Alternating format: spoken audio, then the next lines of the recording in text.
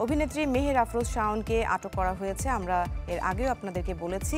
এরই মধ্যে তাকে জিজ্ঞাসাবাদের জন্য ডিবি কার্যালয়ে নেওয়া হয়েছে। আরও জানাতে আমাদের সাথে যুক্ত হচ্ছেন জুম্মাতুল বিদা। বিদা, মেহের আফরোজ শাওনকে আটক করা হয়েছে, এই বিষয়ে আপনার কাছ থেকে বিস্তারিত জানতে চাই। আটক করার এই ঘটনার যেই নিশ্চিত করা সেটি নিশ্চিত করা হয়েছে ডিবি কার্যালয়ের পক্ষ থেকে, অর্থাৎ ডিবি প্রধান নিশ্চিত করেছেন।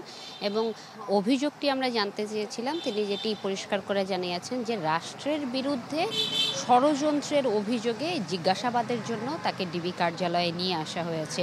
এর প্রেক্ষিতে কোনো মামলায় তাকে গ্রেফতার দেখানো হবে কি হবে না এখন পর্যন্ত সেই তথ্যটি নিশ্চিত নয়। একটু জানিয়ে রাখি, গেল কয়েকদিন যাবতই সামাজিক যোগাযোগ মাধ্যমে বিভিন্ন পোস্টের কারণে বিতর্কিত হয়ে উঠেছিলেন মেহের আফরোজ শাওন, এবং সেটি ঘিরেই কিন্তু নানা মহলে আলোচনা সমালোচনার জন্ম দিয়েছিলেন তিনি।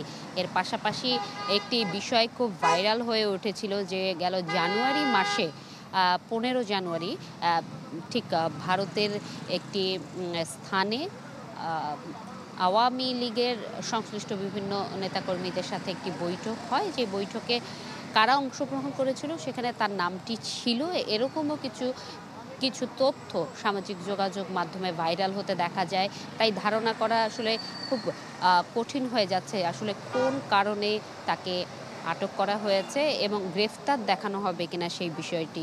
যেহেতু ডিবি কার্যালয়ে নিয়ে আসা হয়েছে, আমরা যারা গণমাধ্যম কর্মী রয়েছে আমরা কিন্তু অপেক্ষায় আছি যে ডিবির পক্ষ থেকে কোনো আনুষ্ঠানিক সংবাদ সম্মেলনের মধ্য দিয়ে বিস্তারিত আসলে জানার সুযোগ তৈরি হয় কিনা।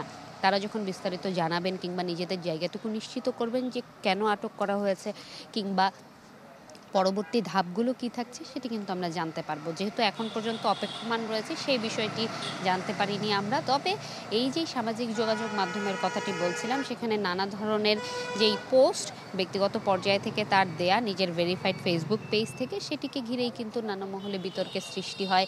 নানাজন নানা ধরনের আলোচনা সমালোচনা করেন এবং তার প্রেক্ষিতেই কি এই ষড়যন্ত্রের অভিযোগ কিনা সেটি কিন্তু ভেবে দেখার বিষয়। তো দৃষ্টি আমরা অপেক্ষা করছি যে এই ডিবি কার্যালয়ের সামনে কখন নাগাদ এই জিজ্ঞাসাবাদের আনুষ্ঠানিকতা শেষ হবে কিংবা ডিবি কার্যালয়ের পক্ষ থেকে আমাদেরকে কোনো তথ্য দেয়া হয় কিনা। ঠিক আমরা যতটুকু একটু জানতে পেরেছি যে ধানমন্ডির তার যে বাসা রয়েছে সেই বাসা থেকেই তাকে রাষ্ট্রের বিরুদ্ধে ষড়যন্ত্রের অভিযোগে আটক করা হয়েছে। এর বাইরে এখন পর্যন্ত আসলে আর কোনো ধরনের তথ্য নিশ্চিত হওয়া যায়নি। আমরা অপেক্ষায় রয়েছি, তথ্য জানলে অবশ্যই দর্শকদের জন্য আমরা সেটি তুলে ধরবো। জি, ধন্যবাদ আপনাকে আমাদের সাথে যুক্ত হওয়ার জন্য। পরবর্তী আপডেটের জন্য আমরা অবশ্যই ফিরবো আপনার কাছে।